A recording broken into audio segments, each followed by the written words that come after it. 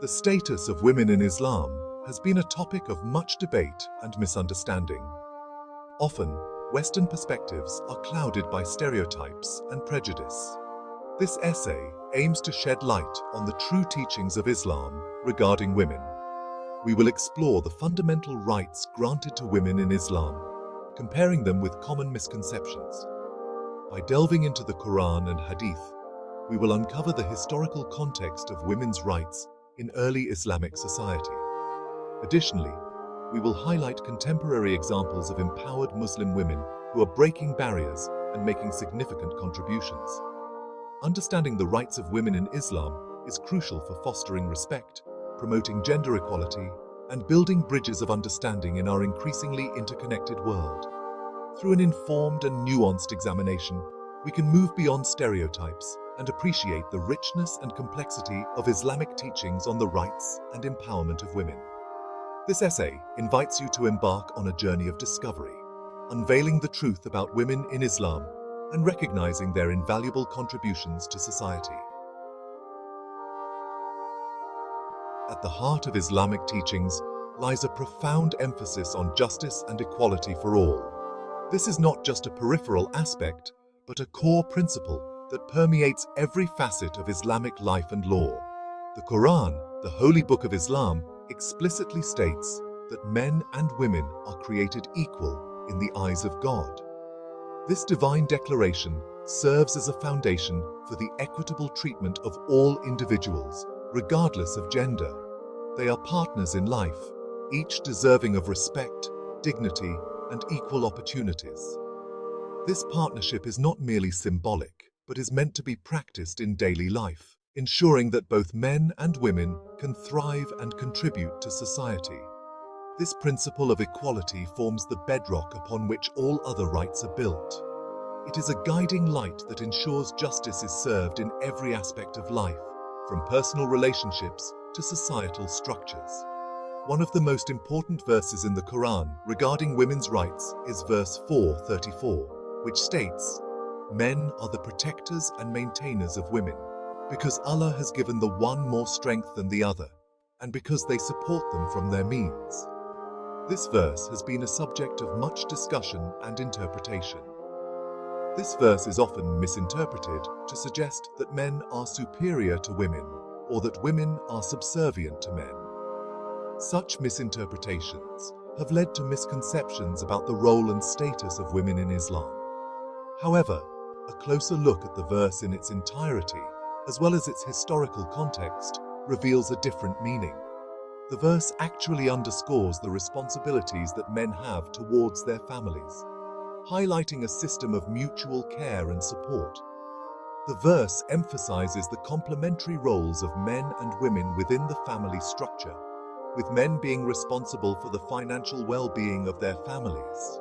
This does not imply superiority, but rather a division of responsibilities that ensures the family's stability and prosperity. It is essential to note that the Quran also emphasizes the importance of mutual respect and consultation within marriage. This mutual respect is a cornerstone of a healthy and balanced relationship, ensuring that both partners have a voice and a role in decision-making. The Quran's teachings on justice and equality extend beyond gender roles. They encompass all aspects of life, advocating for fairness, compassion, and respect for all individuals. This holistic approach ensures that justice is not just a legal concept, but a lived reality. In the broader community, these principles guide interactions and relationships, fostering a society where everyone is treated with dignity and fairness. Social justice in Islam is not an abstract idea, but a practical guide for building a just and equitable society. By adhering to the Quranic principles of justice and equality, Muslims are encouraged to create a world where everyone has the opportunity to live with dignity and respect. This is the true essence of Islamic teachings on equality and justice. Islam places great emphasis on the pursuit of knowledge, considering it a sacred duty for both men and women. The Prophet Muhammad, peace be upon him, famously said, "Seeking knowledge is obligatory upon every Muslim." This statement revolutionized the status of women in 7th century Arabia, where female literacy was rare. The Quran and Hadith contain numerous examples of learned women who played active roles in their communities. One such example is Aisha bint Abu Bakr, the Prophet's wife, who was known for her vast knowledge and wisdom. She was a scholar in her own right, transmitting knowledge, offering legal rulings, and participating in intellectual discourse. Throughout Islamic history, women have excelled in various fields, from theology and jurisprudence to medicine and mathematics. The pursuit of knowledge empowers women to fulfill their potential, contribute to society, and become active participants in shaping their communities. Section 4. Economic rights, ownership, inheritance, and financial independence. Contrary to popular belief, Islam granted women independent financial rights centuries before they were recognized in the West. These rights were revolutionary and set a precedent for gender equality in financial matters. The Quran explicitly states that women have the right to own property, inherit wealth, and manage their finances independently. This empowerment is enshrined in Islamic law, ensuring that women have control over their economic resources. This was a radical concept in 7th century Arabia, where women were often treated as property themselves. The introduction of these rights marked a significant shift in societal norms, promoting the dignity and autonomy of women. Verse 4:7 of the Quran outlines the inheritance rights of women, stating, "For men is a share of what the parents and close relatives leave, and for women is a share of what the parents and close relatives leave, be it little or much, an obligatory share." This verse is a clear directive that ensures women are not left out of the inheritance process. This verse guarantees women a fixed portion of inheritance, ensuring their financial security and independence. It provides a safety net, allowing women to have a stable financial foundation regardless of their marital status. The right to work and earn an income is also recognized in Islam. Women are not only allowed, but encouraged to seek employment and engage in business ventures. Women are encouraged to pursue careers and contribute to the economic well-being of their families and society. This encouragement is rooted in the belief that every individual has a role to play in the prosperity of the community. The Prophet Muhammad, peace be upon him, himself engaged in trade with his first wife, Khadijah, who was a successful businesswoman in her own right. Their partnership is a testament to the importance of mutual respect and collaboration in financial matters. Today, these principles continue to inspire Muslim women around the world to take charge of their financial futures. By understanding and exercising their economic rights, they contribute to the growth and stability of their communities. From investing in stocks and bonds to starting their own businesses, Muslim women are making significant strides in various fields. Their contributions are vital to the economic landscape, showcasing the enduring relevance of Islamic financial principles. As we recognize the achievements of Muslim women in finance and business, it is important to remember the historical context that paved the way for their success. The economic rights granted by Islam continue to empower women, fostering a culture of financial independence and equality. Section 5. Social rights, marriage, divorce, and family life. Marriage in Islam is a sacred contract between two consenting adults, based on mutual respect, love, and compassion.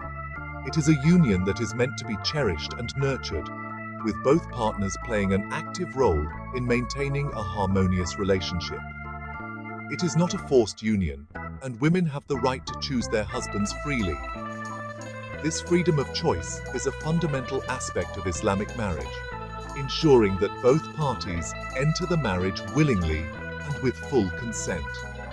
The Quran emphasizes the importance of kindness and understanding between spouses, stating, "And of his signs is that he created for you from yourselves mates that you may find tranquility in them, and he placed between you affection and mercy." Quran 30:21. This verse highlights the spiritual and emotional bond that marriage is meant to foster. Islam also recognizes the right to divorce, although it is considered a last resort. Divorce is not encouraged, but it is permitted when the marriage cannot be sustained due to serious issues. Both men and women have the right to seek divorce under certain circumstances, such as abuse, neglect, or irreconcilable differences. This ensures that individuals are not trapped in harmful or unhappy marriages. The Quran outlines specific procedures for divorce to ensure fairness and protect the rights of both parties, especially women and children. These procedures include a waiting period and attempts at reconciliation, reflecting the seriousness with which divorce is treated. Within the family structure, Islam emphasizes the importance of respect for parents, especially mothers. This respect is not just a cultural norm, but a religious duty that is deeply ingrained in Islamic teachings. The Prophet Muhammad, peace be upon him, is reported to have said, "Paradise lies at the feet of mothers." This saying underscores the high status and reverence given to mothers in Islam. This highlights the vital role mothers play in nurturing and shaping future generations. Mothers are often the primary caregivers and educators in the family, and their influence is profound and lasting. Their dedication and love are seen as essential to the well-being and development of their children, making their role indispensable in the family unit. Section 6. Dispelling misconceptions. Unveiling the truth about hijab. One of the most common misconceptions about Islam is the hijab, the headscarf worn by many Muslim women. Some view it as a symbol of oppression or as a restriction on women's freedom. However, the hijab, in its true essence, represents modesty, faith, and identity. It is a personal choice made by Muslim women as an act of worship and a way to connect with their Creator.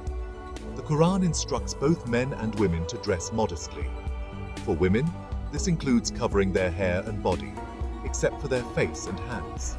The purpose of hijab is not to restrict women, but to protect them from unwanted attention and to promote a society that values inner beauty and character over physical appearance. Many Muslim women find liberation and empowerment in choosing to wear hijab. It allows them to define themselves on their own terms, beyond societal expectations and pressures. Hijab is a visible expression of their faith and a symbol of their identity as Muslim women.